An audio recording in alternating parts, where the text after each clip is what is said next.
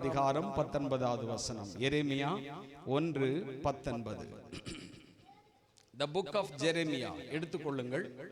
எரேமியாவின் புத்தகம் 1ஆம் அதிகாரம் 19வது வசனம். அவர்கள் உனக்கு விரோதமாக யுத்தம் பண்ணுவார்கள், ஆனாலும் உன்னை மேற்கொள்ள மாட்டார்கள். உன்னை ரட்சிக்கும்படிக்கு நான் உன்னுடனே இருக்கிறேன் என்று கர்த்தர் சொல்லுகிறார். அல்லேலூயா. எல்லாரும் சேர்ந்து வாசிப்பாமா. அவர்கள் உனக்கு விரோதமாக யுத்தம் பண்ணுவார்கள், ஆனாலும் உன்னை மேற்கொள்ள மாட்டார்கள். உன்னை ரட்சிக்கும்படிக்கு நான் உன்னுடனே இருக்கிறேன் என்று கர்த்தர் சொல்லுகிறார். அல்லேலூயா. பாருங்க, எல்லா சுத்திலும் பயங்கர கலவரங்களாய் இருக்கும் பொழுது கர்த்தர் என்னோடு பேசிக் கொண்டிருக்கிறார். தோத்திரம். ஆமேன். கர்த்தருக்கு சோத்திரம். சுற்றிலும் எல்லாம் விரோதமாய் இருக்கும் பொழுது நான் வேதத்தை திறந்தா கர்த்தர் பாருங்க எனக்கு அருமையான வார்த்தையை கொடுக்கிறார். ஆமேன். அல்லேலூயா. அவர்கள் உனக்கு விரோதமாய் யுத்தம் பண்ணுவார்கள். அல்லேலூயா. கர்த்தர் இன்றைக்கு உங்களுக்கு அதை வாக்குத்தத்தமாய் கர்த்தர் கொடுக்கிறார்.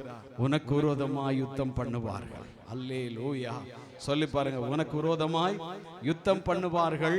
எல்லாம் கையை உயர்த்தி சொல்லுங்க. ஆனாலும் என்னை மேற்கொள்ள மாட்டார்கள். அல்லேலூயா. யுத்தம் வரும், ஆனா அந்த யுத்தத்தில் அவங்க மேற்கொள்ள மாட்டாங்க. தோத்திரம். இன்னைக்கு 3 யுத்தத்தை பத்தி உங்கள்கிட்ட நான் சொல்லணும்னு நினைச்சேன். டைரக்டாவே the war. சோத்திரம். யுத்தம். அந்த யுத்தத்தை பத்தி உங்களோடு கூட பகிர்ந்து கொள்ள பாருங்க, பரிசுத்த ஆவியானவர் வேதாகமத்திலிருந்து கொடுத்த அந்த வார்த்தைகளையே உங்களோடு நான் பகிர்ந்து கொள்கிறேன். முதல் யுத்தம் 1 ராஜாக்களின் புத்தகம் 20ஆம் அதிகாரம். சோத்திர பெஞ்சமின் கொஞ்சம் வாசித்து உதவி செய்வார். தோத்திர வாசிங்க. 1 ராஜாக்கள், the first king chapter 20. தோத்திரம் 20ஆம் அதிகாரம் 1வது வசனத்திலிருந்து நம்ம அதை வாசித்து நாம் அங்கு தியானிக்க போகிறோம். முதலாவது யுத்தம். சீரியாவின் ராஜாவாகிய பெனதாத் தன் சேனையெல்லாம் கூட்டிக் கொண்டு போய் சமரியாவை முற்றுகை போட்டு அதன் மேல் யுத்தம் பண்ணினான். அவனோடு கூட 32 ராஜாக்கள் இருந்ததும் அல்லாமல் பாருங்க, குதிரைகளும் ரதங்களும் இருந்தது. கர்த்தருக்கு ஸ்தோத்திரம். இப்ப உட்காருங்க, அடுத்து நம்ம வாசிக்கலாம். ஸ்தோத்திரம். கவனியுங்கள். ஆகாப் ராஜாவின் காலத்தில், ஸ்தோத்திரம், அதாவது ஒரு புறத்துல ஒரு பார்வையில நம்ம பார்த்தா எல்லாரும் ஆகாப் ராஜா மோசமானவன் நம்ம நினைப்போம். ஸ்தோத்திரம். ஆனா இந்த ஆகாப் ராஜா முதல்ல நல்லவனா தான் இருந்தார்.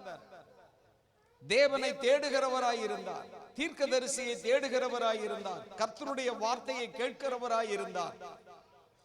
எப்ப மனுஷனுக்குள்ள பிரச்சனை வருது அப்படின்னு கேட்டீங்கன்னா, வெற்றி வராதவரை மனுஷன் தாழ்வு உள்ளவனாக இருக்கிறான். இப்ப இவனை வச்சு ஒரு வார்த்தை எனக்கு உண்டாயிற்று. என்னவென்றால், மனுஷனுடைய பலம் என்பது என்ன? சொல்லுங்க. மனுஷனுடைய பலம் என்பது என்ன? சொல்லுங்க. மனுஷனுடைய பலன் என்பது இயேசுவை நம்புவது. அல்லேலூயா. இப்ப நம்ம பலம் என்பது என்ன அப்படின்னா இயேசுவை நம்புவது. இப்ப நம்முடைய பலவீனம் என்பது என்ன? மனுஷனுடைய பலவீனம் என்பது என்ன அப்படின்னு கேட்டா, சோத்திரம், தன்னுடைய பலத்தை அல்லது தன் அறிவை நம்புவது. ஆமென்.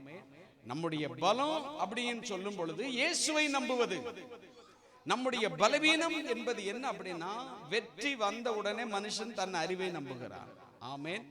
இதைத்தான் ஆகாப் ராஜாவினுடைய வாழ்க்கை வரலாற்றிலே இன்னைக்கு நம்ம தெரிந்து கொள்ள போகிறோம். இந்த ஆகாப் ராஜா பாருங்க, ஆட்சிக்கு வந்த உடனே, ஆட்சியில் இருக்கும் பொழுது அவனுக்கு விரோதமாய் பக்கத்தில் இருக்கிற இன்னைக்கு இருக்கிற டமஸ்கஸ், தமஸ்கு என்ற நகரத்தினுடைய அரசன் பெனாதாத், சீரியா தேசத்தின் அரசன். இந்த பெனாதாத் தனியா வல்ல, 32 ராஜாக்களை கூட்டு சேர்த்துக்கிட்டு வாரான். தோத்திரம். அல்லேலூயா. ஒரு ஆமென் சொல்லுவோமா? Price the Lord. பிசாசு எப்பவுமே பாருங்க கூட்டு சேர்த்துக்கிட்டு தான் வருவான். தோத்திரம். அல்லேலூயா. இந்த கூட்டு சேர்க்கிற ஆளை எல்லாம் பாருங்க. தோத்திரம். அவன் என்னன்னா சாத்தானுடைய கைக்கூலிகளாய் இருப்பான். தோத்திரம். குடிகாரனா இருப்பான், மோசமானவனா இருப்பான். இவனை எல்லாம் போய் நீங்க உள்ள வாசிச்சீங்கன்னா தெரியும். இந்த 32 பேரையும் கூட்டிட்டு வாரான். வாசிக்கிற இடத்துல எல்லாம் இந்த 32 ராஜாக்களும் குடித்து கொண்டிருந்தார்கள். வெறித்து கொண்டிருந்தார்கள். இப்படிதாங்க வாசிக்க முடியும். தோத்திரம். ஆமென். நீங்க வீட்டுல போய் இந்த அதிகாரத்தை படிச்சு பாருங்களேன். தோத்திரம். கூடாரத்திலே அந்த 32 ராஜாக்களும் குடித்து கொண்டு வந்தது எதுக்கு? யுத்தத்துக்கு. எதுக்கு வந்திருக்கான்? சண்டை போட வந்திருக்கான். யுத்தத்துக்கு வந்திருக்கான். சண்டைக்கு வந்தவன் என்ன பண்ணிருக்கணும்? எக்ஸசைஸ் பண்ணணும், பஸ்கி எடுக்கணும், ஓடணும், தோத்திர வார்ம் அப் பண்ணணும், தோத்திர கத்தி வீசி பழகணும். அதெல்லாம் செய்யறதை விட்டுட்டு இந்த 32 ராஜாக்களும் என்ன செய்கிறார்கள் என்றால், பாருங்க, கூடாரத்திலே உட்கார்ந்து இரவும் பகலும் குடித்து வெறித்து கொண்டிருக்கிறார்கள். ஆமென். கர்த்தருக்கு ஸ்தோத்திரம். இப்ப இந்த 32 ராஜாக்களையும் கூட்டிக்கிட்டு இந்த ராஜா பெனாதாத் ஆகாபின் மீது படையெடுக்கும்படி சமாரியாவை முற்றுகை போடும்படி அவர் வருகிறார். தோத்திரம். எனக்கு அன்பான தேவ பிள்ளைகளே, வாசிப்பும் 5வது வசனத்தை. அதே 20ஆம் அதிகாரம் 5வது வசனம் பாருங்க. அந்த காலத்துல எவ்வளவு பெருமை அவன் பேசுறான்னு பாருங்க. அந்த ஸ்தானாதிபதிகள் திரும்பவும் வந்து நல்ல அதாவது தலைகளை உயர்த்தி கவனிங்க. ஒரு பெனாதாத் இவன் ராஜா இன்னொரு ராஜாட்ட வந்து என்ன பேசுறான்னு பாருங்க. சொல்லுகிறது என்னவென்றால், உன் வெள்ளியையும் உன் பொன்னையும் உன் ஸ்திரீகளையும் உன் குமாரர்களையும் நீ எனக்கு கொடுக்கணும். தோத்திரம். என்ன சொல்லி அனுப்புறான்? தோத்திரம். அல்லேலூயா, அல்லேலூயா, அல்லேலூயா. கவனிங்க. ஒரு ராஜா இன்னொரு ராஜாவை பார்த்து எவ்வளவு திமிர பேசுறான் பாருங்க. தோத்திரம். இன்னும் பச்சையா சொல்ல போனா, உன் பொண்டாட்டி என் பொண்டாட்டி. தோத்திரம். உன் ஸ்திரீகள் அப்படின்னு என்ன அர்த்தம்? உன் அரண்மனையில் இருக்கிற அழகான பொம்பளைகளை பூரா எனக்கு என்ன செய்யணும்? இப்படி சொன்னா எப்படி இருக்கும் ஒரு ராஜாவை பார்த்து? தோத்திரம். பாருங்க, அந்த மாதிரி வந்து இந்த பெனாதாத் அவனை ரோஷம் உண்டாக்கும்படி சொல்லுகிறார். உன் குமாரர்கள் எதுக்கு? எனக்கு அடிமை வேலை செய்யறதுக்கு. உன் பசங்களை எல்லாம் கொண்டு போய் என் அரண்மனையில் என்ன செய்வேன்? வேலை செய்ய நான் வைப்பேன். உன் பொண்டாட்டிய நான் வைப்பாட்டிய வைத்துக் கொள்ளுவேன். தோத்திரம். பச்சையா சொல்றான். உன் ஸ்திரீகளும் உன் குமாரரும் உன் வெள்ளியும், அரண்மனையில் நீ வச்சிருக்கிற வெள்ளி பொண்ணு எல்லாம் எனக்கு சொந்தம். தோத்திரம். ஆமென். ஹல்லேலூயா, ஹல்லேலூயா. சத்தமா சொல்லுவோம். ஹல்லேலூயா. அவர்கள் உனக்கு விரோதமாய் யுத்தம் செய்வார்கள். சொல்லுங்க, அவர்கள் உனக்கு விரோதமாய். எப்படி இருக்கும்? ஆகாப் அப்படியே ஆடி போயிட்டார். தோத்திரம். ஆமென். 32 ராஜாக்கள், பல லட்சக்கணக்கான படை தன் தேசத்தை சுற்றிலும் வந்து பாருங்க. சீரியரால் தேசம் நிறைந்திருக்கிறது. பயந்துட்டான். சாதாரணமாவே இந்த மனுஷன் பாருங்க. ஏன்னா நான்லாம் தோட்டத்துக்கு போகும்போது சும்மா வெறுங்கை வீசிட்டு போறேன்னு வச்சுக்கோங்களேன். அப்ப அந்த குறும்பு இருக்காது. அல்லது ஒரு சாப்பாடு பாத்திரத்தை தூக்கிட்டு போறோம்னு வச்சுக்கோங்களேன், குறும்பு இருக்காது. சத்தம் இல்லாம நம்ம போய் தோட்டத்துல சாப்பாடை வச்சிருவோம். ஆனா அதே நேரத்துல கையில நல்ல ஒரு பதமான அருவாளை கையில எடுத்துட்டோன்னு வச்சுக்கோங்க. இன்னைக்கு வாழை வெட்ட போறோம் அல்லது தோட்டத்துல ஒரு வேலை செய்ய போறோம்னு சொல்லி நல்ல கையில ஒரு பெரிய அருவா, நல்ல வீச்சு அருவா, பெரிய அருவாளை கையில எடுத்துக்கிட்டு இப்ப நம்ம தோட்டத்துக்கு போறோம்னு வச்சுக்கோங்களேன். கிராமத்துல அப்படி போனவங்களுக்கு அந்த அனுபவம் தெரியும்.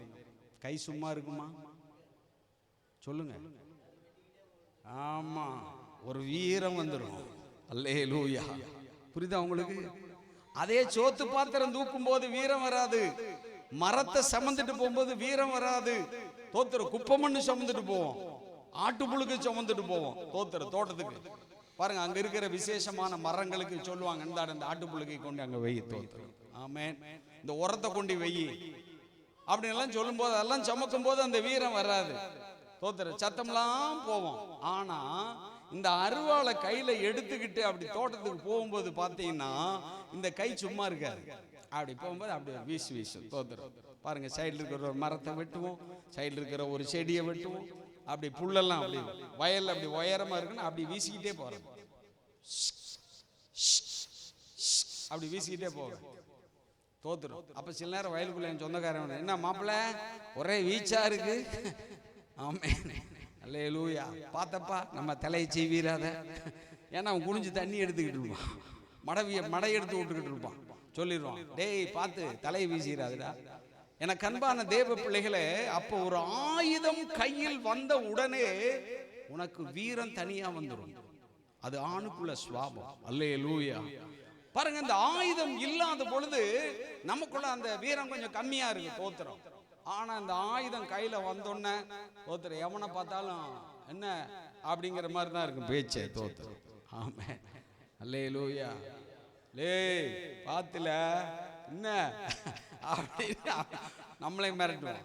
உனக்கு மட்டும்தான் அறுவாடுக்கு தெரியும், நாங்களும் வீசுவோமாக்கு அப்படிம்பா.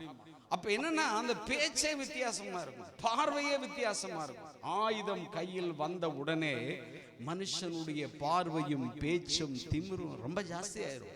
அல்லேலூயா. அப்ப 32 ராஜாக்கள், பெரிய படை பாருங்க, பல்வேறு ஆயுதங்கள், ஈட்டி, கத்தி, கோடரி, சோத்திரம், இப்படி எல்லாம் குதிரைப்படை, ஒட்டகப்படை, யானைப்படை, இப்படி மாதிரி பெரிய படைகளை பார்த்த உடனே இப்ப பெனாதாத்துக்கு பயங்கரமான வீரம் வந்துருச்சு. சொல்றான், ஓம் வெள்ளி ஏன் வெள்ளி, அங்க இருக்கிற தங்கம் என்னுடைய தங்கம், தோத்திரம். ஓம் பொண்டாட்டி ஏன் பொண்டாட்டி, தோத்திரம். ஓம் பிள்ளை நீ எனக்கு அடிமை, தோத்திரம். ஓம் தேசத்தில் இருக்கிற அனைத்தும் எனக்கு, அப்படிங்கிற மாதிரி ரொம்ப திமிரா பேசுறான், தோத்திரம். இந்த மாதிரி சொல்றான். இப்பதான் ஆகாப் திரும்ப சொல்லி விடுறான், தாழ்மையா சொல்லி விடுறான், பதில் சொல்றான். என்ன வாசிப்போமா?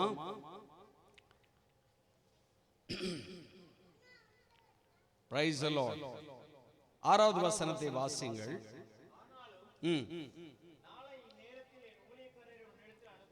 இப்ப இவர் இன்னும் திமிரா என்ன சொல்றாருன்னா, நாளை இந்த நேரத்தில் என்னுடைய ஊழியக்காரரை நான் அனுப்புவேன், உன் வீட்டையும்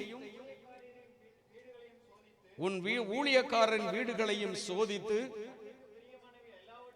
பாருங்க யுத்தம் எப்படி வருதுன்னு பாருங்க. உன் கண்ணுக்கு பிரியமானதை எல்லாவற்றையும்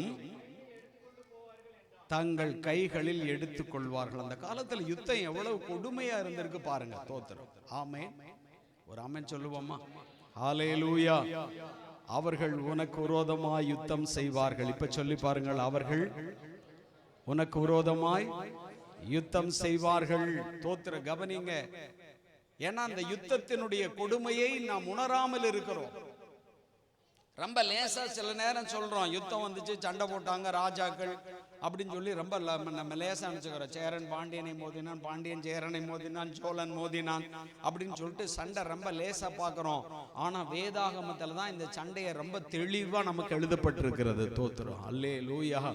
ஒரு ராஜாக்கள் பாருங்க, ஊருக்கு வெளியில வந்து இந்த கோயம்புத்தூருக்கு வெளியில அவங்க படை முகாமிட்டு, தோத்திரம், உள்ள ஆள் அனுப்புறாங்க. என்ன தெரியுமா அனுப்புறான்?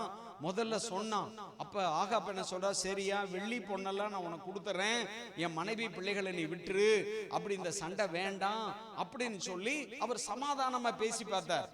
பேசின உடனே இந்த பெனாதாத் என்ன சொல்றாரு, இல்ல இல்ல இல்ல, நீ ஒன்னும் உன் வெள்ளியும் பொண்ணு எடுத்து எனக்கு கொடுக்க வேண்டாம், நாளை இந்நேரத்தில் என்னுடைய ஊழியக்காரர்கள் உன்னுடைய தேசத்துக்குள்ளே வருவார்கள். அல்லேலூயா. என்ன அசோகம் மாதிரி தெரியுது, தோத்திரம். ஆமென். சினிமா நடிகை அந்த காலத்துல ஒரு அசோகம் மாதிரி, மனோகரம் மாதிரி, தோத்திர வில்லன் பெனாதாத் என்ன சொல்றான், நாளையின் நேரத்தில் என்னுடைய ஊழியக்காரர்கள் உன்னுடைய வீட்டுக்குள்ள வருவாங்க, வந்து உன்னுடைய வீட்டிலும், கவனிங்க, உன்னுடைய வீட்டிலும் உன் ஊழியக்காரருடைய வீட்டிலும், அதாவது உன் ஊருக்குள்ள இருக்கிற எல்லா பணக்கார வீட்டுக்குள்ளேயும் போவாங்க, போயிட்டு அவங்க கண்ணுக்கு பிரியமானதை, உன் கண்ணுக்கு பிரியமானதை எதை வேணாலும் அவங்க எடுத்துக்குவாங்க, தோத்திரம். அல்லேலூயா, அல்லேலூயா. சகிக்க முடியுமா, தோத்திரம்? சொல்லுங்க. Praise the Lord. அல்லேலூயா. எவ்வளவு வேதனையா இருக்கும், தோத்திரம். இப்போ உங்க வீட்டுக்குள்ள வந்து உங்களுக்கு பிரியமானதை, தோத்திரம், அந்த வாட்சை கொண்டா, அந்த நகையை கொண்டா, தோட்டை கொண்டா அப்படின்னு சொல்லி, அந்த நெக்லஸை கொண்டான்னு சொல்லி புடுங்கினா எப்படி இருக்கும், தோத்திரம்? நம்ம எவ்வளவு கஷ்டப்பட்டு சம்பாரிச்ச, மிச்சப்படுத்தி சம்பாரிச்ச இதையெல்லாம் என்ன செய்யறாங்க, பிடுங்கிட்டு போறாங்களே, தோத்திரம். இதுதான் இங்க யுத்தத்தில் நடந்தது. நீங்க பெருமையா சில நேரம் சொல்லுவீங்க, இந்த 10ஆம் கிளாஸ்ல ஃபெயில் ஆகிற பிள்ளைகள், ஆமென், என்ன சொல்லுவாங்க, கஜினி முகமது 16 முறை 18 முறை இந்தியாவின் மீது படையெடுத்தான், மனம் சோர்ந்து போக. அது போல 10ஆம் கிளாஸ் ஃபெயில் ஆகணும்னு என்ன செய்வாங்க, நீ தொடர்ந்து எழுதப்பா, கஜினி முகமது படையெடுத்த மாதிரி எழுதிக்கிட்டே இரு, தோத்திரம் அப்படின்னு சொல்லுவாங்க. இல்ல இல்ல, கஜினி முகமது ஒரு முறை கூட வந்து தோற்று போகல, உள்ள வந்து எல்லா வீட்டுக்குள்ளேயும் கோவிலுக்குள்ளேயும் இருந்த தங்கம் பொண்ணு வெள்ளின்னு சொல்லி இதே மாதிரி தான் வீடு பூந்து திருடி போனான். தோத்திரம். ஆமென். அந்த காலத்துல யுத்தம் என்பது இதுதான். சோத்திரம். உங்கள் வீடுகளுக்குள் புகுந்து உங்கள் கண்களுக்கு பிரியமானதை அவர்கள் எடுத்துக்கொண்டு போவார்கள். ஆமென். பிடுங்கி கொண்டு போவார்கள். பாருங்க, விடமாட்டேன்னு சொன்னேனோ கத்தியில வெட்டி எறிஞ்சிட்டு போவான். தோத்திரம். கழுத்தை அறுத்து போட்டு எடுத்துட்டு போவான். தோத்திரம். ஆமென். ஹல்லேலூயா. அவர்கள் உனக்கு விரோதமாய் யுத்தம் செய்வார்கள். இப்ப ஆகாபுக்கு என்ன செய்யறன்னு தெரியல. சோத்திரம். இப்ப என்ன பண்றான்? மூப்பர்களை கூப்பிடுகிறான். கூப்பிட்டு வச்சு அவங்கள்ட்ட எல்லாம் ஆலோசனை பண்றாங்க. பாத்தீங்களா? தோத்திர 7வது வசனத்துல வாசிக்கிற இஸ்ரவேலின் ராஜா தேசத்தின் மூப்பரை எல்லாம் அழைப்பித்து, இவன் பொல்லாப்பு தேடுகிற விதத்தை கவனித்து பாருங்கள். என் ஸ்திரீகளையும் என் குமாரர்களையும் என் வெள்ளியும் என் பொன்னையும் கேட்க இவன் என்னிடத்தில் ஆள் அனுப்பினான். நான் கொடுக்க மாட்டேன் என்று இவனுக்கு மறுக்கவில்லையே. சோத்திர. தாழ்மையா சொல்றான் இந்த ஆகாபு. நான் கொடுக்க மாட்டேன்னு சொல்லலையே, நான் எல்லாம் கொடுக்கிறேன் தானே சொன்னேன். சொன்னாலும் இந்த பெனாதாத் பொல்லாப்பை தேடுகிறான். ஆமென். அல்லேலூயா. கர்த்தருக்கு சோத்திரம். இப்ப திரும்ப சொல்லி அனுப்புறான். மூப்பர்கள்லாம் சொல்றாங்க, நீங்க ஒன்னும் பயப்படாதீங்க, நம்ம அவனோடு சண்டை போடுவோம். தோத்திரம். ஆமென். அல்லேலூயா. சத்தமா இன்னும் கொஞ்சம் ஊக்கமா. அவர்கள் உனக்கு விரோதமாய் யுத்தம் செய்வார்கள். சொல்லுங்க, அவர்கள் உனக்கு விரோதமாய். இப்ப இந்த மக்கள் சொல்றாங்க நம்ம சண்டை போடுவோம்னு சொல்றாங்க. ஆனா இவன் பலம் இவனுக்கு தெரியும். என்ன அப்படின்னு கேட்டா, இவங்கிட்ட மொத்தம் இந்த ஆகாப் ராஜாட்ட இருக்கிற வீரர்கள் எத்தனை பேருனா வெறும் 7000 பேர் தான் இருக்காங்க. தோத்திரம். ஆமென். இந்த ராஜாங்கத்தை நடத்த வச்சிருக்கிற ஆட்கள் எவ்வளவு பேரு? வெறும் 7000 போலீஸ், 7000 ராணுவம் தான் வச்சிருக்கார். மாகாணங்களின் அதிபதி பாருங்க, இந்த டிஸ்ட்ரிக்ட் சூப்பரண்டா போலீஸ் அப்படிங்கிற மாதிரி மாகாணங்களின் அதிபதியாக ஒரு 262 பேர் இருக்காங்க. எத்தனை பேரு? 232 பேர் இருக்காங்க. தோத்திரம். அங்க 32 ராஜாக்களும் லட்சக்கணக்கான பேரும் இருக்கிறாங்க. இங்க வெறும் 232 பேர் தான் இருக்கிறாங்க. தோத்திரம். அல்லேலூயா. அல்லேலூயா. அதே 20ஆம் அதிகாரத்திலே 15வது வசனத்திலே அதை நம்ம வாசிக்கிறோம்.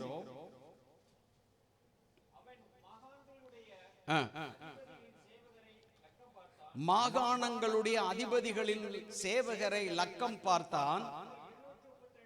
எத்தனை பேர் இருக்காங்க? 232 பேர் இருக்கிறாங்க. அடுத்து கீழே, அவர்களுக்கு பின்பு பாருங்க, இங்க சண்டைக்குன்னு ஆயுதம் தூக்கிட்டு வந்து நிக்கிறவங்களுடைய லக்கத்தை பார்க்கும் பொழுது வெறும் 7000 பேர் என்று கண்டான். அல்லேலூயா. அவர்கள் உனக்கு விரோதமாய் யுத்தம் செய்வார்கள். சொல்லுங்க பாப்போம், அவர்கள் உனக்கு விரோதமாய் யுத்தம் செய்வார்கள். இந்த ஆகாபுடைய நிலைமையை நீங்க அப்படி கற்பனை பண்ணி பாருங்களேன். தனக்கு முன்னாடி லட்சக்கணக்கான போர் வீரர்கள் நிக்கிறாங்க. 32 ராஜாக்கள் வரிசையில் நிக்கிறாங்க. அந்த 32 ராஜாக்கிட்டே ஒரு 1000 பேர்னு வச்சுக்கோங்க. ரொம்ப வேண்டாம். ஒவ்வொரு ராஜா பின்னாடி 1000 வீரர்கள் இருந்தா கூட எத்தனை ஆயிரம் வீரர்கள்? 32,000 வீரர்கள். அல்லேலூயா. சத்தமா சொல்லுங்க, 32,000 வீரர்கள். இவங்கிட்ட இருக்கிறத வெறும் 7,000 வீரர்கள். தோத்திரம். இப்ப குறைஞ்சபட்சம் 50,000 பேர், 1,00,000 பேர் வந்து அவனுக்கு விரோதமாய் நிக்கிறாங்க. அந்த நேரத்தில் இந்த ஆகாப் நல்ல ஒரு வார்த்தையை சொல்றான். பாருங்க என்ன சொல்றான்னு பாத்தீங்கன்னா, 11வது வசனத்தை வாசியுங்கள். அதற்கு இஸ்ரவேலின் ராஜா பிரதியுத்தரமாக, இப்ப சொல்லுங்க, ஆயுதம் தரித்திருக்கிறவன், ஆயுதம் உரிந்து போடுகிறவனை போல பெருமை பாராட்டல் ஆகாது என்று அவனுக்கு சொல்லுங்கள். தோத்திரம். இது உங்களுக்கும் தான் இன்னைக்கு. தோத்திரம். என்ன அப்படின்னா, ஒரு காரியத்தை செய்யும் பொழுதே பெருமை பாராட்டக்கூடாது. தோத்திரம். ஆமென். சொல்லுங்க, ஒரு காரியத்தை செய்யும் பொழுதே பெருமை பாராட்டப்படாது. தோத்திரம். அல்லேலூயா. கல்யாணம் முடிக்கிறதுக்கு முன்னாடியே தோத்திரம், இந்த கண்ணாடி வியாபாரி மாதிரி என்ன செய்யப்படாது? ஆலமரத்தடியில் படுத்துட்டு கல்யாணம் கட்டி கோழி வாங்கி கோழி வளர்த்து, தோத்திரம் பாருங்க, பெரிய பண்ணை வச்சு கடைசியில கொண்டாட்டி எட்டி உதைக்கிற மாதிரி பிச்சைக்கார பையனேன்னு அவ புருஷனை திட்டி என்னைய பிச்சைக்காரன் சொன்ன அப்படின்னு நெட்டி உதைச்சானா தோத்துற கண்ணாடி கூடையெல்லாம் உடஞ்சு போச்சு அப்படிங்கிற மாதிரி ஒரு காரியத்தை செய்யும் முன்பே மனுஷனுக்குள் பெருமை வரக்கூடாது. ஆமென், அல்லேலூயா. அதுக்கு தான் ஆகாப் அழகா சொல்லி கொடுக்கிறாரு, ஆயுதத்தை தரிக்கிறவன் சண்டை போட்டுட்டு வந்து ஆயுதத்தை கலத்தி வைக்கிற மாதிரி பெருமை பாராட்டக்கூடாது. தோத்திரம். அல்லேலூயா, அல்லேலூயா. சத்தமா நமக்குள் பெருமை கூடாது என்பதை ஆகாப் இந்த இடத்துல உணர்த்துகிறார். ஆகாபுடைய நிலைமை வெறும் 7000 பேர், 232 தலைவர்கள். இவங்களை வச்சு எப்படி இப்படி சண்டை போட முடியும்? அப்பதான் அவர் தீர்க்கதரிசிகளை கூப்பிட்டு கேட்கிறார். தீர்க்கதரிசிகள் என்ன சொல்றாங்கன்னு பார்க்கும் பொழுதுதான் தீர்க்கதரிசிகள் சொல்றாங்க, பயப்படாதே, கர்த்தர் உங்களுக்காக யுத்தம் பண்ணுவார். அல்லேலூயா. அவர்கள் உனக்கு விரோதமா யுத்தம் பண்ண வருவார்கள். தோத்திர, பயப்படாத. எத்தனை லட்சம் பேர் வந்தாலும் சரி நீ பயப்படாத. தோத்திரம். பயப்படாம இருக்க முடியுமா? சொல்லுங்க, பயப்படாம இருக்க முடியுமா? லட்சக்கணக்கான பேர் நம்ம முன்னாடி இருக்கான். நம்மகிட்ட இருக்கிறதோ சுண்டக்கா மாதிரி வெறும் 232 பேர். இந்த 232 பேரை வச்சுதான் உனக்கு வெற்றின்னு கர்த்தர் சொல்றார். அல்லேலூயா. இப்ப ஆகா போய் கேட்கிறாரு தீர்க்கதரிசி கிட்ட, அப்பா நான் யாரை வச்சு நான் யுத்தம் பண்ண அப்படின்னா, இந்த 7000 பேரை வைத்து கர்த்தர் யுத்தம் செய்ய சொல்லவில்லை. ஆமென். கிதியோனுக்கு எப்படி 300 பேரை வச்சு நீ யுத்தம் பண்ணணும்னு சொன்னாரோ அதுதான் கர்த்தர். தோத்திரம். அல்லேலூயா. ஆமென். பெரிய பெரிய படைகளை வச்சு இந்த தேசத்துல சண்டை போட்ட ராஜாக்கள் நிறைய பேர் இருக்காங்க. பாபர் இருக்கார், ஹுமாயூன் இருக்கிறார், ஷாஜஹான் இருக்கிறார், ஜஹாங்கீர் இருக்கிறார், அவுரங்கசீப் இருக்கிறார், அலாவுதீன் கில்ஜி இருக்கிறார், மாலிக் கபூர் இருக்கிறார். பாருங்க, இப்படிப்பட்டவங்க எல்லாம் பெரிய பெரிய படைகளை வைத்து இந்த தேசத்திலே சண்டையை நடத்தியவர்கள். அசோகர், கனிஷ்கர், தோத்ர, ஹர்ஷர், இப்படிப்பட்டவங்க எல்லாம் பெரிய படைகளை கொண்டு வந்து சண்டை போட்டவர்கள். ஆனா பரிசுத்த வேதாகமத்துல கர்த்தர் ஒரு வாக்குத்தத்தம் கொடுக்கிறாரு, அவர்கள் உனக்கு விரோதமாய் யுத்தத்துக்கு வருவார்கள், நான் உனக்காக நான் யுத்தம் பண்ணுவேன். எப்படி? உன்னிடத்தில் இருக்கிற கொஞ்சம் பேரை வச்சு நான் உனக்காக நான் அவர்களோடு சண்டை போடுவேன். அல்லேலூயா. பெரிய கூட்டத்தை வைத்து அல்ல, கொஞ்சம் பேரை கொண்டு நான் என்ன செய்வேன்? நான் ரட்சிப்பேன். அல்லேலூயா. அப்ப ஆண்டவர் சொல்றாரு, இவர் கேட்கிறாரு, யாரை கொண்டு நான் சண்டை போட? இந்த மாகாணங்களின் அதிபதியை கொண்டு நீ சண்டை போடு. ஆமென். அப்ப இவர் கேட்கிற, ஐயோ, மாகாணங்களின் அதிபதி வெறும் 232 பேர் தானே, இந்த 232 பேரை கொண்டுதான் நீ சண்டை போடணும். தோத்திரம். ஆமென். ஒரு ஆமென் சொல்லுங்களேன். அல்லேலூயா. சரி, இப்போ உங்களை ஒரு ஸ்ட்ராட்டஜி கேட்கிறேன். தோத்திரம். ஒரு திட்டம், ஒரு யுத்த திட்டம். இப்ப நம்ம தான் ஆகாப் ராஜா. தோத்திரம். நம்ம தான் சமாரிய படை. ஒரு 232 பேர் இப்ப ரெடி. ஓகே, தீர்க்கதரிசி சொல்லிட்டாரு, இந்த 232 பேரை கொண்டு நீங்க சண்டை போடுங்கன்னு சொல்லிட்டாரு. நமக்கு முன்னாடி இருக்கிறதோ லட்சக்கணக்கான பெரிய படை. இப்ப நீங்க எந்த நேரத்துல சண்டைக்கு போலான்னு சொல்லுவீங்க? சொல்லுங்க பாப்போம். கொஞ்சம் யோசனை பண்ணுங்க.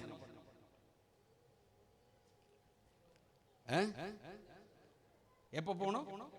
Very good. எப்ப யுத்தத்துக்கு போகணும்? மனுஷ அறிவு பாத்தீங்களா, பளிச்சுன்னு ஒரு ஸ்ட்ராட்டஜி. எப்ப போகணும்? இரவு நேரத்துல போகணும். ஏன்? அப்பதான் குடிச்சிட்டு தூங்குவான். ஆமென். அப்படித்தானே? எல்லாம் தூங்கிட்டு இருக்கும்போது நம்ம போய் என்ன செய்யலாம்? அடிக்கலாம். ஒண்ணு இரவு நேரத்துல போகணும், அல்லது அதிகாலை 3 மணி 4 மணிக்கு. போலீஸ் எல்லாம் போய் ஆளை பிடிக்கிறத தான் பிடிப்பாங்க. 4 மணி 3 மணிக்கு தான். ஏன்னா அப்பதான் அசந்து நல்லா குரட்டை விட்டு டர் புர்ன்னு தூங்கிட்டு இருப்பான். அப்போ போய் டப்புன்னு கதவை தட்டி, என்ன அப்படின்னு, அண்ணா கதவை தரங்க, கொஞ்சம் தண்ணி கொடுங்க அப்படின்னு கதவை திறந்து புழு புழு புழுன்னு எல்லா போலீஸும் உள்ள போய் கப்புன்னு ஒரே அமுக்கா எலி அமுக்கிற மாதிரி அமுக்கிடுவான். தோத்துரும். ஆமென். அல்லேலூயா. சத்தமா. அப்ப மனிதனுடைய ஸ்ட்ராட்டஜி பாருங்க, ஒண்ணு இரவு அல்லது அதிகாலை. இந்த நேரத்துல தான் அவங்க யுத்தத்துக்கு போவாங்க. ஆனா நீங்க இங்க வாஸ்து பார்த்தீங்கன்னா அவங்க எப்ப யுத்தத்துக்கு போறான்னு கவனிங்க. சோத்திரம். அல்லேலூயா. பிரைஸ் அல்ல. 18வது வசனத்தை வாசியுங்கள். இல்ல 16வது வசனம். அவங்க போற நேரத்தை பாருங்க, கர்த்தர் எப்ப அனுப்புறாருன்னு பாருங்க. நல்ல கவனிங்க. அவர்கள் எந்த வேளையில? 232 பேரு கர்த்தர் எப்ப அவங்கள போக சொல்றாரு பாருங்க. இரவுல போக சொல்லல, அதிகாலை வேளையில போக சொல்லல. எப்ப போக சொல்றாரு? போவாங்களா யாராச்சும்? மத்தியான வேளையில வீட்டை விட்டே என்ன செய்ய மாட்டாங்க, போக மாட்டோம். நம்ம எங்க மத்தியானம் போவோமா? நல்லா சாப்பிட்டுட்டு ஒரு அரை மணி நேரம் தூங்குற நேரத்துல எங்கப்பா போறது? தோத்துரும். அல்லேலூயா. உண்ட மயக்கம் தொண்டனுக்கும் உண்டு அப்படின்னு. குருவுக்கு தான் தூக்கம் வருமா? பண்ணையாருக்கு தான் தூக்கம் வருமா? தோத்துரும். சாப்பிட்டா நமக்கும் தூக்கம் வரும். அப்படிப்பட்ட மத்தியான வேளையிலே சோத்திரம்.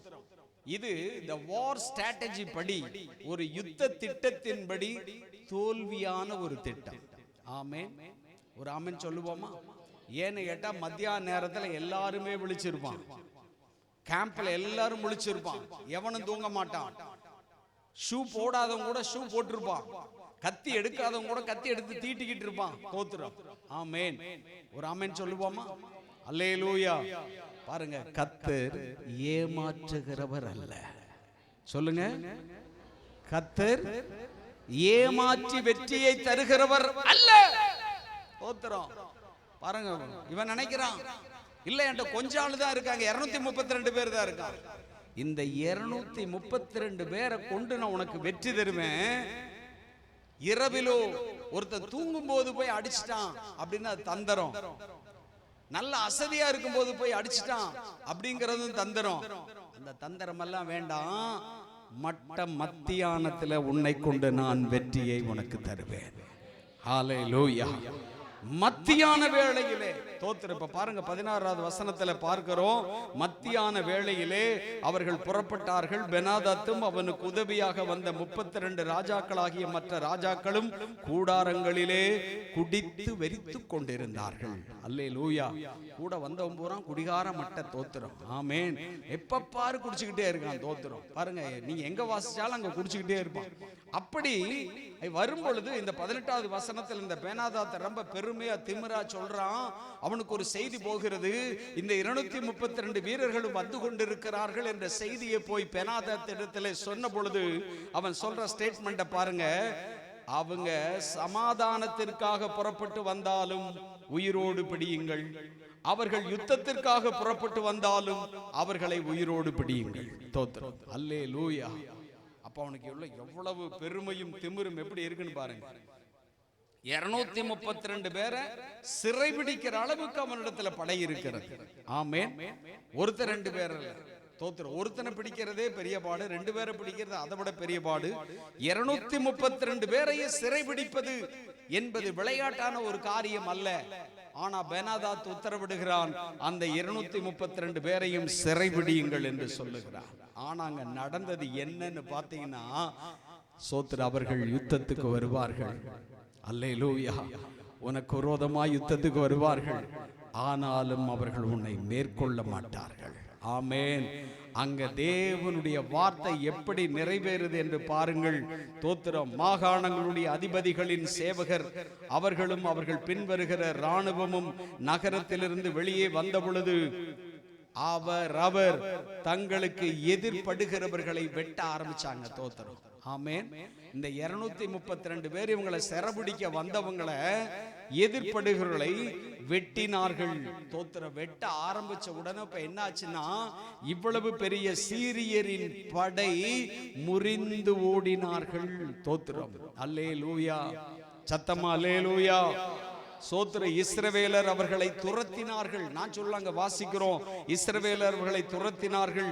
சீரியாவின் ராஜாவாகிய பெனாதாத். இப்ப இவ்வளவு நேரம் வீரம் பேசன, உன் பொண்டாட்டி என் பொண்டாட்டி, உன் பிள்ளை எனக்கு அடிமை, உன் பொண்ணு என் பொண்ணு, உன் வெள்ளி என் வெள்ளி, உன் வீட்டில் இருக்கிறதெல்லாம் நான் எடுத்துக்குவேன் அப்படின்னு இப்ப கதை பேசிக்கிட்டு இருந்தானே.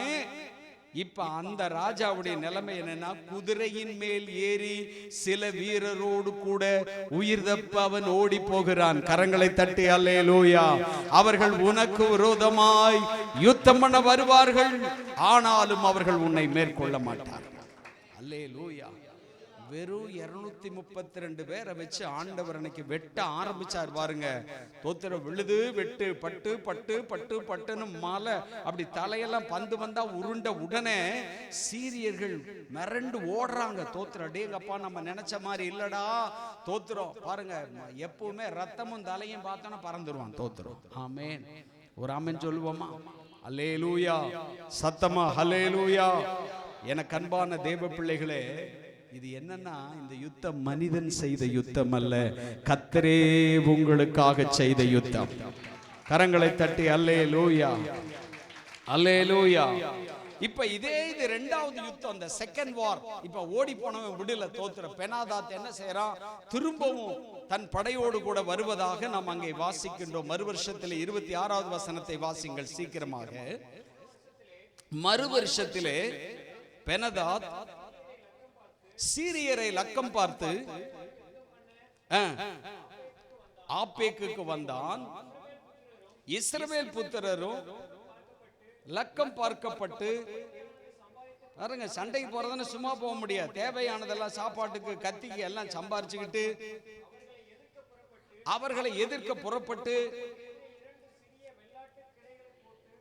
அல்ல அது புரிஞ்சுக்கணும். எப்படின்னா பின்னாடி யானை மாதிரி பெரிய படை, பெனாதாத்துடைய படை.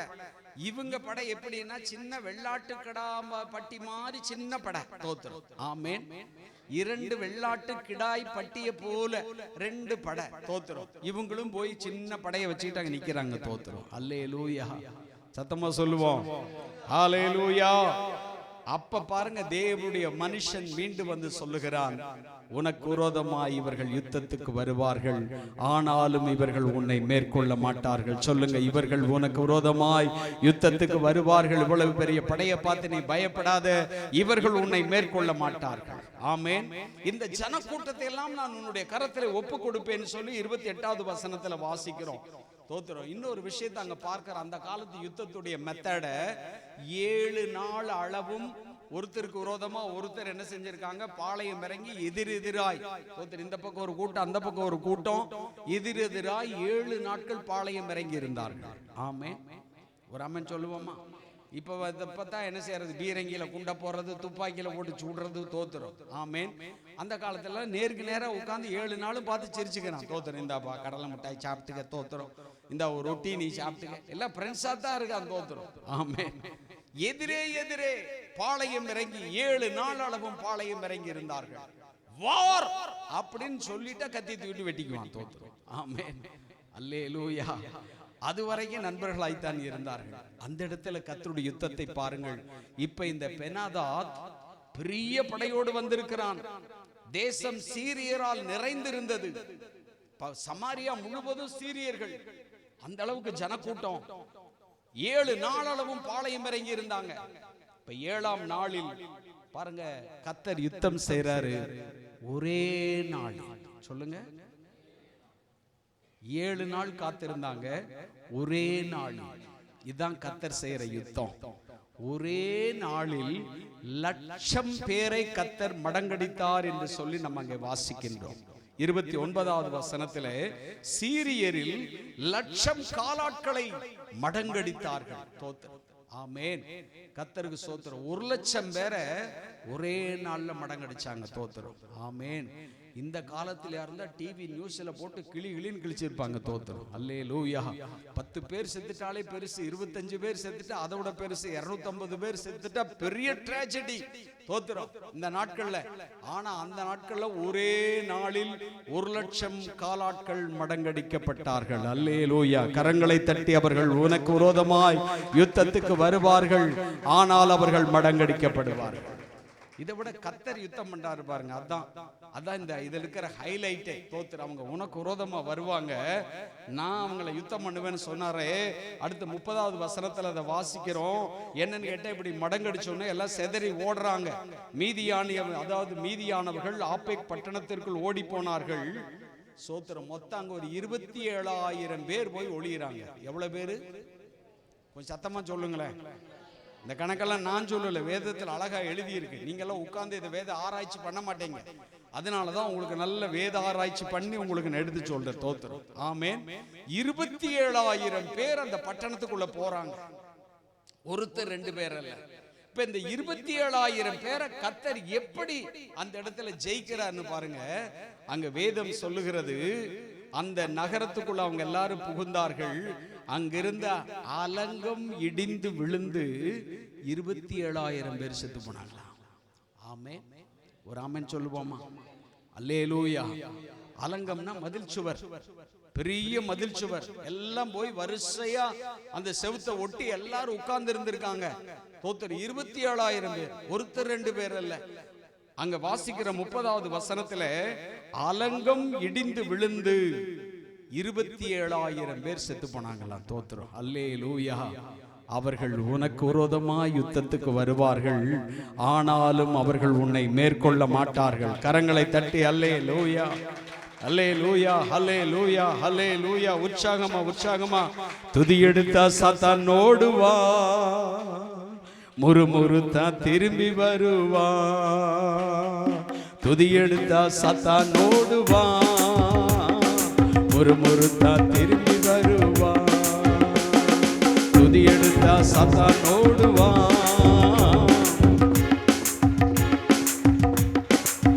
துதித்து பாடி மதிலை இடிப்போ, மகிழ்ந்து பாடி எரிகோ பிடிப்போ. துதித்து பாடி எல்லா கைகளை தட்டி மகிழ்ந்து பாடி எரிகோ பிடிப்போ. துதி எடுத்தா சாத்தான் ஓடுவா, முறுமுறுத்தா திரும்பி வருவா. துதி எடுத்தா சாத்தான் ஓடுவா.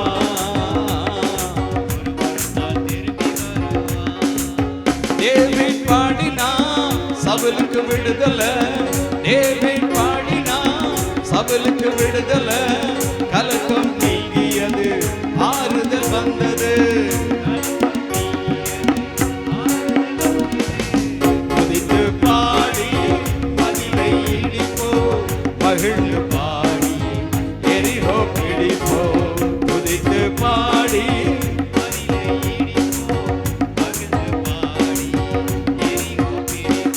துதி எடுத்தா சாத்தான் ஓடுவா, ஒரு முறுத்தா திரும்பி வருவா. துதி எடுத்தா சாத்தான் ஓடுவா.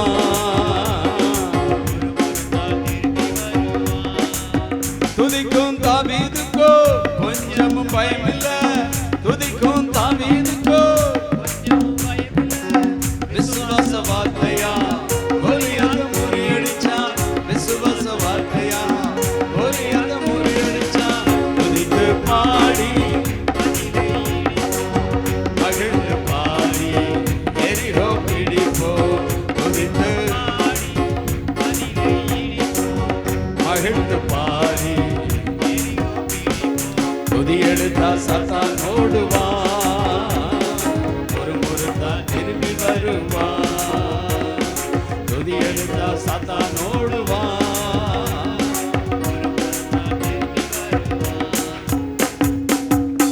அல்லேலூயா. இந்த பாட்டு பாடினது இவன் வாழ்க்கையும் 2 ஒண்ணு. தோத்திரம். ஆமென். இந்த பெனாதாத்துங்கிறவன் எப்ப பாருங்க கர்த்தர் துரத்துவார், திரும்ப வருவார். அல்லேலூயா. இவனை கொல்லுடா அப்படின்னு ஆகாப சொன்னா இந்த இடத்துல கொல்லாம் விட்டுட்டான். என்னாச்சு?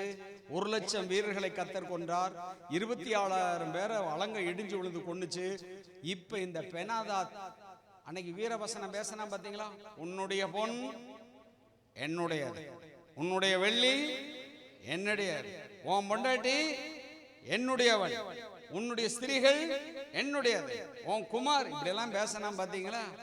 இப்ப எங்கடான்னு கேட்டா எலிப்பொந்துல போய் ஒதுங்கின எலி மாதிரி ஒரு அறையிலே போய் பதுங்கி கொண்டான். அல்லேலூயா. சோத்திர. அதை 31வது வசனத்திலே வாசிக்கின்றோம். தோத்திர. அதே 30வது வசனத்தின் கடைசி பகுதியிலே வாசிக்கின்றோம். நகரத்திற்குள் புகுந்து உள்ளறையிலே பதுங்கினான். தோத்திரம். ஆமென். போய் நல்ல ஒரு பாதாள ரூம்ல போய் ஒளிஞ்சுக்கிட்டான். தோத்திரம். இந்த பெனாதா. தோத்திரம். அல்லேலூயா. ஒரு அல்லே சொல்லுவோமா? நீ துதிச்சா பிசாசு ஓடுவான். சொல்லுங்க. துதிச்சா ஆமா, துதிக்காம விட்டா பிசாசு திரும்ப வருவான். இந்த ஆகாப் இதுதான் பண்ணார். இவர் என்ன பண்ணிவிட்டார்? இவர் பெரிய நல்ல ராஜா, தோத்திரம் நல்ல ராஜான்னு பேர் வாங்குறதுக்கு என்ன பண்ணிட்டாரு? என் சகோதரன் ஆகாப் சுகமா இருக்கிறானா அப்படின்னு சொல்லி விசாரிச்சுட்டு உடனே ஆகாபை கொண்டு வாருங்கள் அப்படின்னு சொல்லி கூட்டிட்டு வர சொல்லி தோத்துறாங்க. 33வது வசனத்திலே நம்ம அதை பார்க்கிறோம். பாருங்க, தன்னுடைய ரதத்திலே அவனை ஏற்றிக்கொண்டான். என்ன பண்ணிட்டான் சொல்லுங்க? தன்னுடைய ரதத்திலே அவனை ஏற்றிக்கொண்டான். அங்க வாசிக்கலாம் 34வது வசனத்திலே.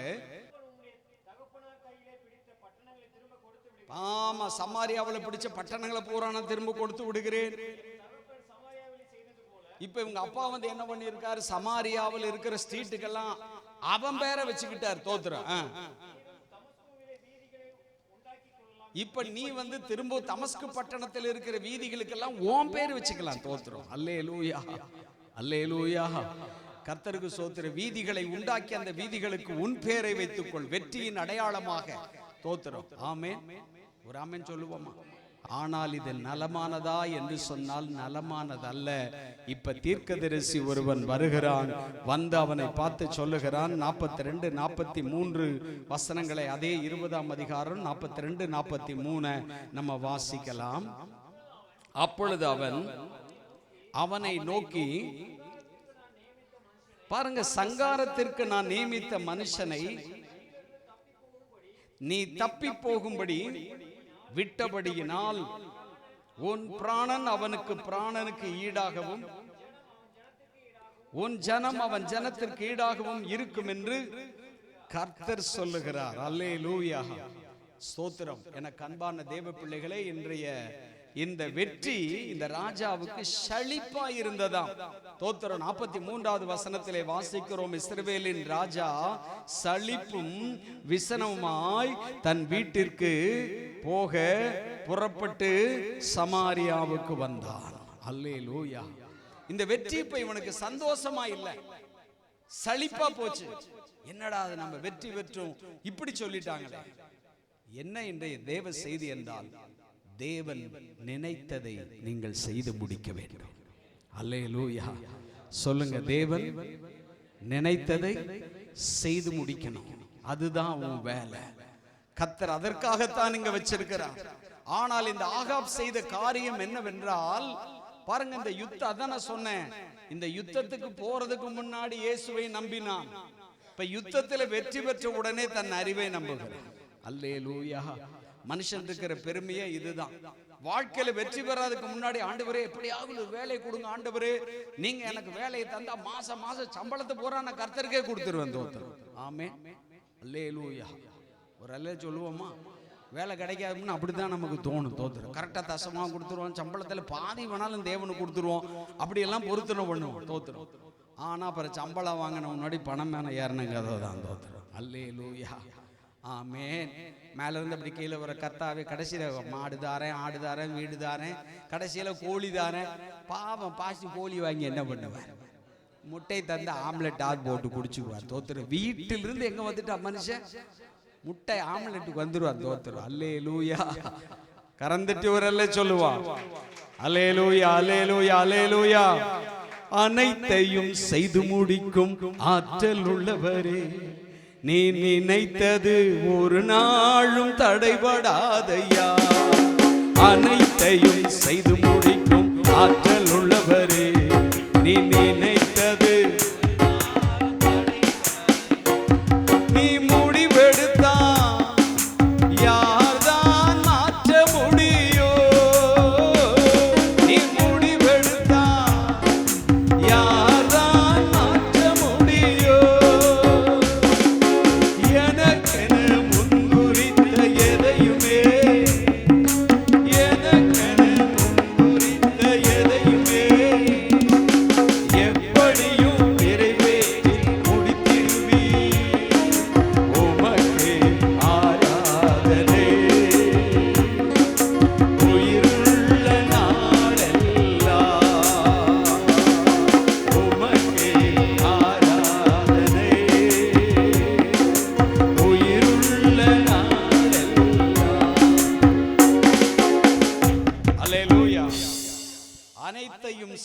முடிக்கும் ஆற்றல் உள்ளவர் நம் ஆண்டவர்.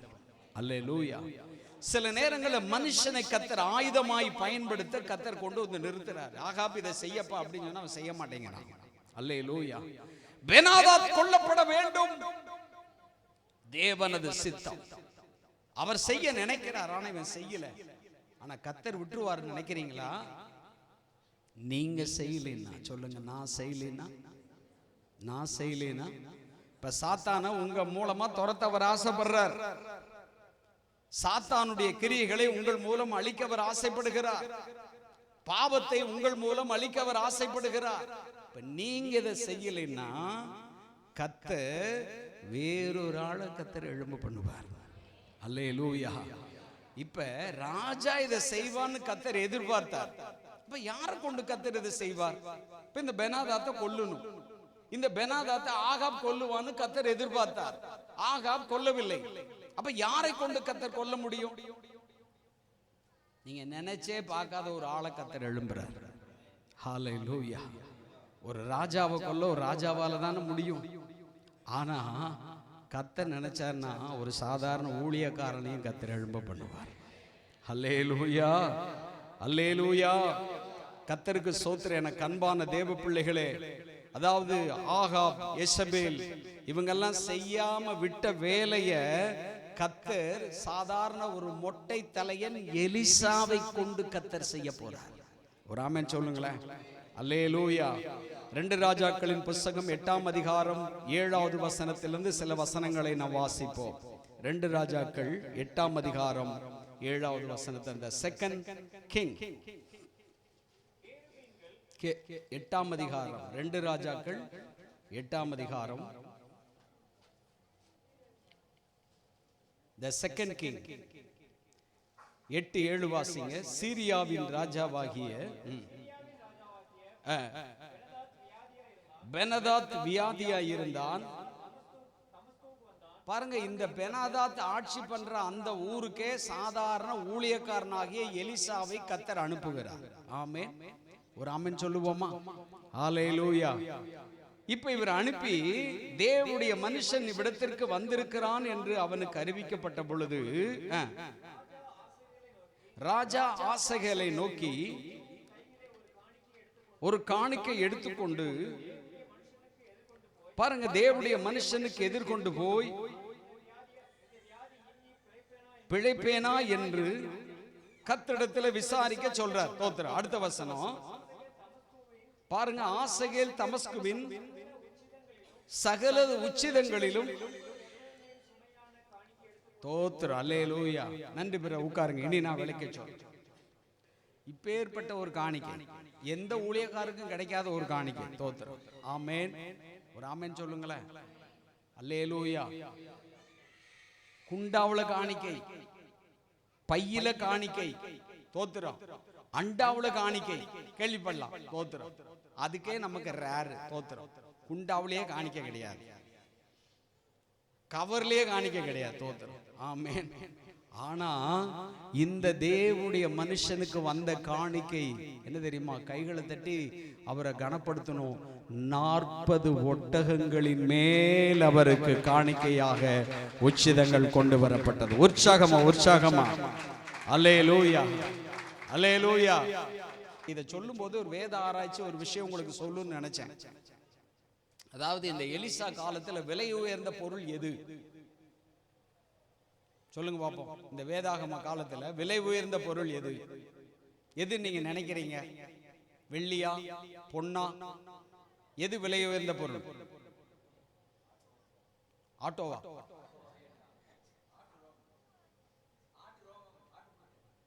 அது பழைய கதை, காப்பி அடிக்கப்பட. பாஸ்ட் சொன்னதே திரும்பி அவருக்கு என்ன செய்ய? அல்லேலூயா. அது ஆபிரகாமுக்கு. இது நான் கேட்கறது திரும்ப நல்லா புரிந்து கொள்ளுங்கள் கேள்வியை. எலிசாவின் காலத்தில், the period of Elisa is not Abraham, Jacob, Isaac அவங்க காலம் அல்ல.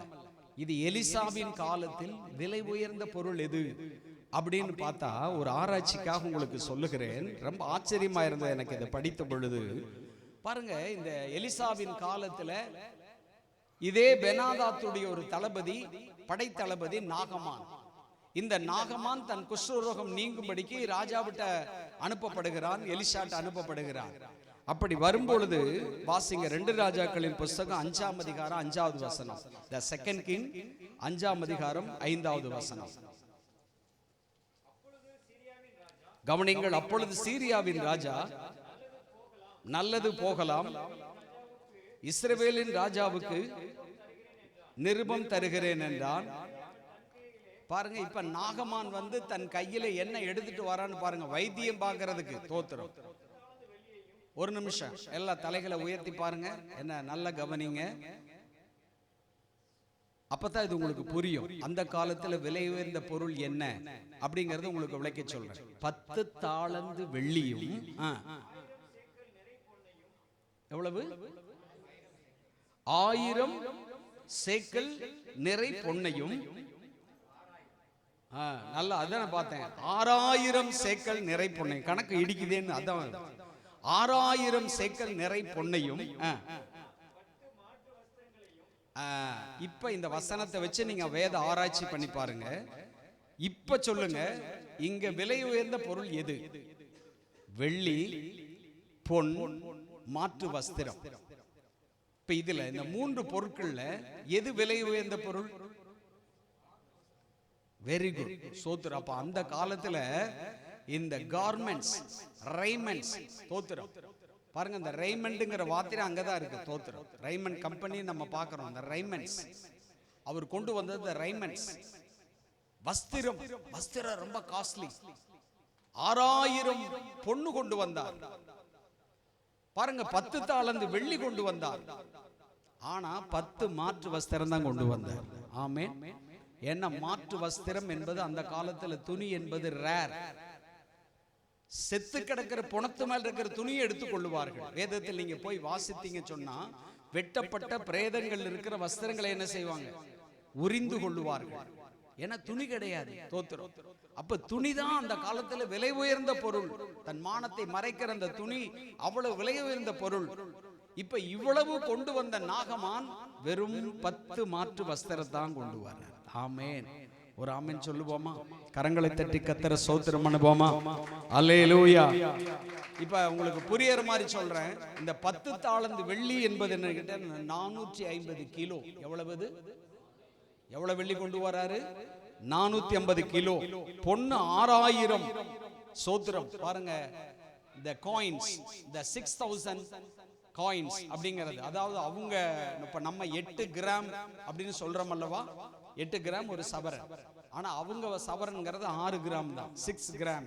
சேக்கல் அப்படிங்கிறது 6 கிராம், 6 கிராம்.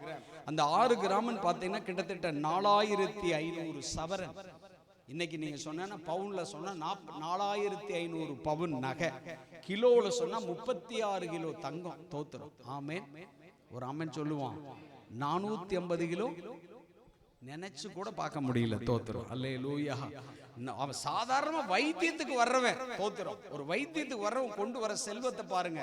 450 கிலோ வெள்ளி, 36 கிலோ தங்கம். சோத்திரம். 4500 பவுன் தங்க நாணயங்களை கொண்டு வருகிறான். 10 மாற்று வஸ்திரங்களை கொண்டு வருகிறான். எனக்கு அன்பான தேவனுடைய பிள்ளைகளே, இப்படி கொண்டு வந்துட்டு தோத்திரம், இதையெல்லாம் எலிசா வேண்டான்ட்டார். தோத்திரம். ஒரு ஆமென் சொல்லுவோமா? அல்லேலூயா. Praise the Lord. இன்னும் உங்களுக்கு இந்த வேத வசனத்தை இன்னும் கொஞ்சம் ஆராய்ச்சி பண்ணி படிச்சீங்கன்னா, இதுல கேயாசின்னு ஒருத்தர் இருக்கார்.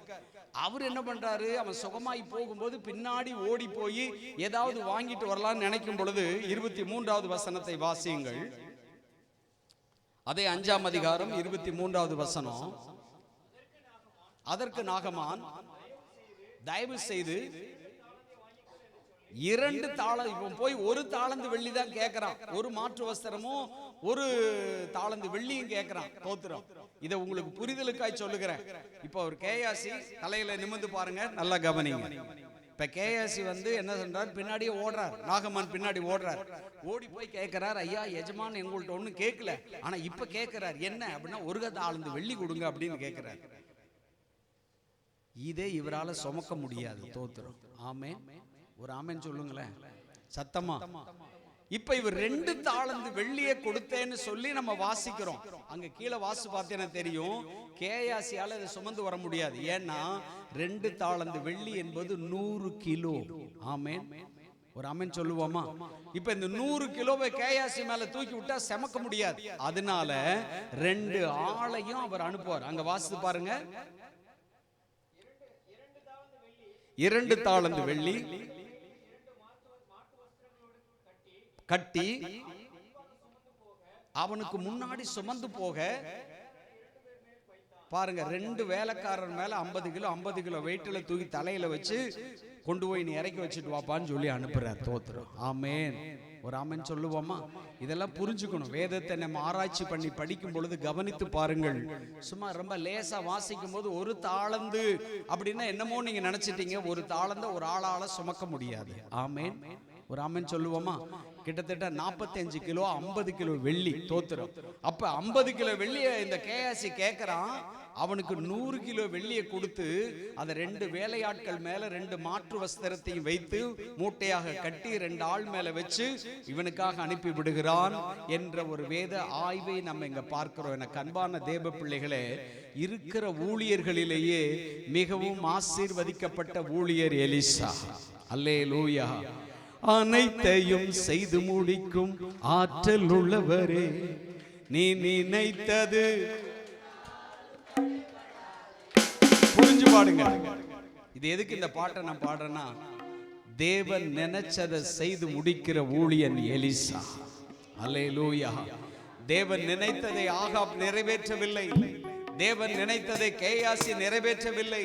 சோத்ர. ஆனால் எல்லாவற்றையும் நிறைவேற்றி முடிக்கிற அந்த கிருபை அபிஷேகம் எலிசாவுக்குள்ள இருந்தது. தோத்திரம். அல்லேலூயா. கர்த்தருக்கு சோத்திரம். அதனாலதான் பாருங்க, எத்தனை கிலோ வெள்ளி நீ கொண்டு வந்தாலும் சரி, 4500 கிலோ வெள்ளி ஒட்டகத்து மேல நீ கொண்டு வந்தால் அந்த வெள்ளி எனக்கு வேண்டாம். 36 கிலோ தங்கம் வேண்டாம் எனக்கு. 10 மாற்று வஸ்திரம் வேண்டாம் எனக்கு. இதெல்லாம் தூரம் எரிஞ்சிட்டு தான் இப்ப தமஸ்குக்கு வர்றாரு. தோத்திரம். தமஸ்கு வந்த செய்தியை நம்ம அங்க பாக்குறோம். அந்த தமஸ்குக்கு வந்த இடத்திலையும் பாருங்க, 40 ஒட்டகத்தின் மேல அவருக்கு காணிக்க வருகிறது. கரங்களை தட்டி அல்லேலூயா, அல்லேலூயா, அல்லேலூயா, அல்லேலூயா. Praise the Lord. இத சொல்லிட்டு நம்ம இந்த பாட்டை நம்ம பாட போறோம். தோத்திரம். நீ நினைத்தால் அதை நீ செய்து முடிப்பீர். ஹல்லேலூயா. தேவன் நினைச்சதை செய்து முடிக்கிறவர். அதை 8ஆம் அதிகாரத்தை எடுத்துக்கொள்ளுங்கள்.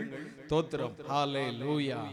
Price the Lord. கர்த்தருக்கு மகிமை உண்டாகட்டும். நேரடியா நம்ம போயிரோம். 15வது வசனத்தை வாசிங்க. மறுநாளிலே அப்படியே வச்சுக்கோங்க, நான் சொல்றேன். இப்ப கவனிங்க. இந்த ஆசைகள் 40 ஒட்டகத்துல காணிக்க கொண்டு வந்தான். சொல்லிட்டாரு, எனக்கு அந்த காணிக்க வேண்டாப்பா, நீ திரும்ப நீயே கொண்டு போ, நடக்க போறதை நான் உனக்கு சொல்லுகிறேன். பிடிச்சிட்டு அழுகிறாரு. அவனை பிடிச்சிட்டு அவன் கேட்கிறான், ஏன் என்ன பிடிச்சிட்டு நீங்க அழுகிறீங்க போது, கர்த்தர் உன்னை இந்த தேசத்தின் மேல ராஜாவாக கொண்டு வர போகிறார். நீ இஸ்ரவேல் ஜனத்துக்கு எவ்வளவோ கெடுதி நீ செய்ய போகிறாய். கர்த்தர் உன்னை இந்த ஸ்தானத்தில் உயர்த்தும் பொழுது இதை நீ மறவாதிருக்கும்படி கர்த்தர் ஒரு வேலையை உன்னை செய்ய சொல்லுகிறார். அல்லேலூயா. ஆகாப் செய்யாத வேலை, எசபேல் செய்யாத வேலை, தோத்திரம், கர்த்தர் உன்னை செய்ய சொல்றார். என்ன வேலை?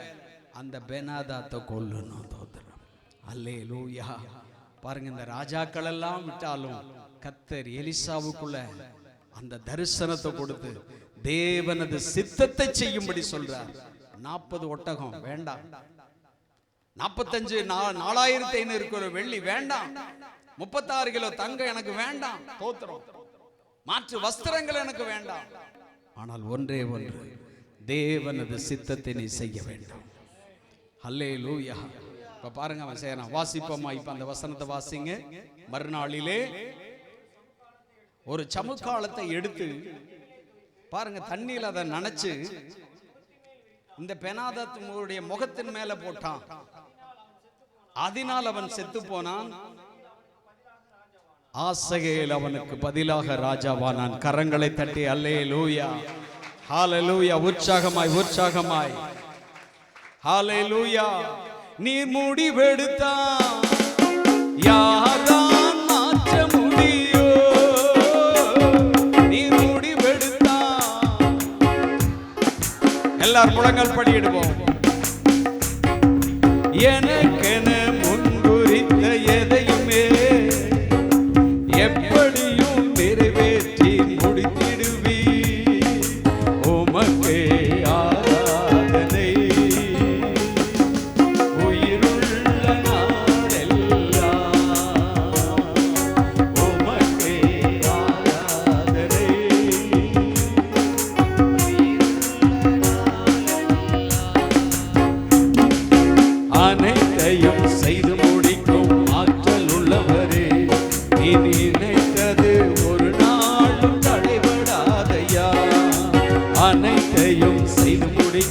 ஆற்றல் உள்ளவரே, நீ நினைத்தது ஒரு நாளும் தடைபடாதையா. மாத்திரம் ஒரு பொருட்டாய் எண்ணுவதற்கு, நானே மாத்திரம் ஒரு பொருட்டாய் எண்ணுவதற்கு, காலைதோறும் கண்ணோக்கி பார்க்கிறீர், நிமிடந்தோறும் விசாரித்து மகிழ்கிறீர். காலைதோறும் கண்ணோக்கி பார்க்கிறீர், நிமிடந்தோறும் விசாரித்து மகிழ்கிறீர். உமக்கே ஆராதனை உயிருள்ள நாளெல்லாம். உமக்கே ஆராதனை. எல்லாரும் கைகளை தட்டி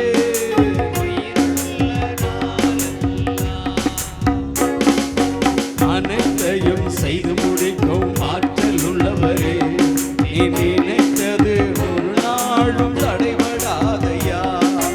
அனைத்தையும் செய்து முடிக்கும் ஆற்றல் உள்ளவரே, நீ நினைத்தது ஒரு நாளும் தடைபடாதையா. உமக்கே ஆராதனை உயிருள்ள நாளெல்லாம். ஆமென். உமக்கே ஆராதனை உயிருள்ள நாளெல்லாம். ஹல்லேலூயா. Thank you Lord. தேவன் ஒரு காரியத்தை உங்களிடத்தில் செய்ய சொன்னால் அதை செய்யுங்கள். உங்களை ஒப்பு கொடுக்க சொன்னால் ஒப்பு கொடுங்கள். ஞானஸ்தானம் எடுனா எடு, மனம் திரும்பினா மனம் திரும்பு, ரட்சிக்கப்படுனா உன்னை ஒப்பு கொடு. ஹல்லேலூயா. இந்த பிசாசை நீ உதைத்து தள்ளுன்னு சொன்னா உதைச்சு தள்ளு. ஹல்லேலூயா. அதுக்கு நீ பயப்படாத, தைரியமா எதிர்த்து நில். சாத்தானுக்கு எதிர்த்து நில். இந்த பெனாதாத்தை பார்த்து பயப்படாதே. இந்த பெனாதாத்து கிட்ட போய் நட்பு பாராட்டாத. அல்லேலூயா. சிலர் பிசாசிடத்துல நட்பு பாராட்டுகிறார்கள்.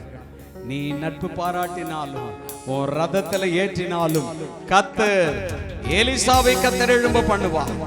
ஹல்லேலூயா. அவனை அழிக்கும்படியா பாருங்க. ஹல்லேலூயா. ஆசைகளை கர்த்தர் எழும்ப பண்ணுவார். ஆமென். Praise the Lord. தேவன் செய்ய நினைத்தது அது தடைபடாது. சொல்லுங்க, தேவன் செய்ய நினைத்தது அது ஒரு நாளும் தடைபடாது. உனக்கு விரோதமாய் யுத்தம் செய்யும்படி வருவார்கள், ஆனாலும் அவர்கள் உன்னை மேற்கொள்ள மாட்டார்கள். சொல்லுங்க, அவர்கள் உனக்கு விரோதமாய் யுத்தம் செய்யும்படி வருவார்கள், ஆனாலும் ஒரு நாளும் அவர்கள் உன்னை மேற்கொள்ள மாட்டார்கள்.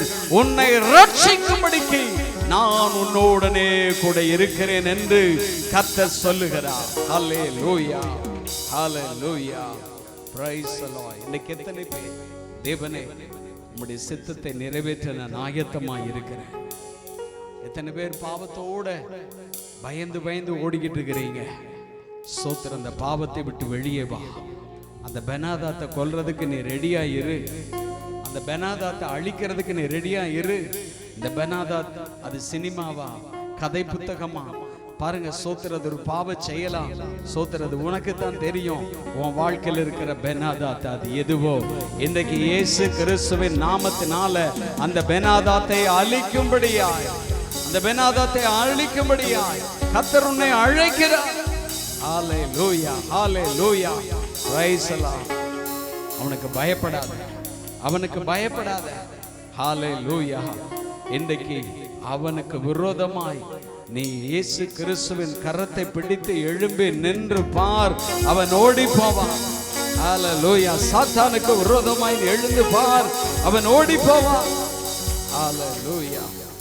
Price the Lord. அவனை அழிப்பதே தேவனது சித்தமாய் இருக்கிறது. எனக்கு அன்பான தேவனுடைய பிள்ளைகளே, சோத்திர கர்த்தர் உங்களுக்காய் யுத்தம் செய்வார். ஆமென். ஹல்லேலூயா. ஆமென். உபாகமம் 3:22 வசனத்தில் மோசே சொல்லுவார், கர்த்தர் உங்களுக்காய் அவர் யுத்தம் செய்வார். அவர் உங்களுக்காய் யுத்தம் செய்வார். சொல்லுங்க, கர்த்தர் எனக்காய் யுத்தம் செய்வார். ஆமென். கர்த்தர் எனக்காய் யுத்தம் செய்வார். ஆமென். ஹல்லேலூயா. ஹல்லேலூயா. மேற்கொள்ளுவது இல்லை, சத்துரு மேற்கொள்ளுவது இல்லை, சத்துரு மேற்கொள்ளுவது இல்லை. கர்த்தர் இந்த பட்டணத்தில் நானும் என் சந்ததியும் என் சந்ததியாய் பரம்பரையாய் நாங்கள் நின்று இதை மிதிக்கும்படி ஆழும்படி கர்த்தர் எங்களுக்கு கிருபை செய்வார். ஹல்லேலூயா. எத்தனை பேர் கர்த்தர் என்னோடு பேசிக் கொண்டிருக்கிறார்? நான் அவர் சத்தம் கேட்க நான் ஆயத்தமாய் இருக்கிறேன். அவர் சித்தம் செய்ய நான் ஆயத்தமாய் இருக்கிறேன். ஹல்லேலூயா. கர்த்தருடைய சித்தம் செய்ய எத்தனை பேர் ஆயத்தம்? உங்கள் வாழ்க்கையை கர்த்தராகிய இயேசு கிறிஸ்துவுக்கு நீங்கள் அர்ப்பணித்தால் உங்கள் வலது கரத்தை உயர்த்தி ஹல்லேலூயா நல்ல உயர்த்தி பிடித்து, ஆண்டவரே இதோ நான் பயந்து ஓட மாட்டேன், நான் பெனாதாத்தோடு நட்பு பாராட்ட மாட்டேன், பெனாதாத்தை நான் எதிர்க்கிறேன், பெனாதாத்தை நான் எதிர்க்கிறேன், இயேசுவின் நாமத்தில் எதிர்க்கிறேன். ஹல்லேலூயா. என்னை இயேசுவுக்கு நான் அர்ப்பணிக்கிறேன். உம்முடைய சித்தம் செய்யும் ஒரு பாத்திரமாய் என்னை அர்ப்பணிக்கிறேன் ஆண்டவரே. ஹல்லேலூயா. உம்முடைய அன்பின் கரங்களில் ஒப்பு கொடுக்கிறப்பா. ஞானஸ்தானம் எடுக்காதவங்க ஞானஸ்தானம் எடுக்கட்டும், ரட்சிக்கப்படாதவர் ரட்சிக்கப்படட்டும், அபிஷேகம் பெறாதவர்கள் அபிஷேகத்தை பெற்றுக்கொள்ளட்டும். கர்த்தராகிய இயேசு கிறிஸ்துவின் நாமத்துக்காய் வைராக்கியமாய் வாழும்படி கர்த்தர் கிருபை செய்தார். உம்முடைய நாமத்தை மகிமைப்படுத்த இயேசுவின் நாமத்தில் ஜெபம் கேளும் நல்ல பிதாவே. ஆமென், ஆமென்.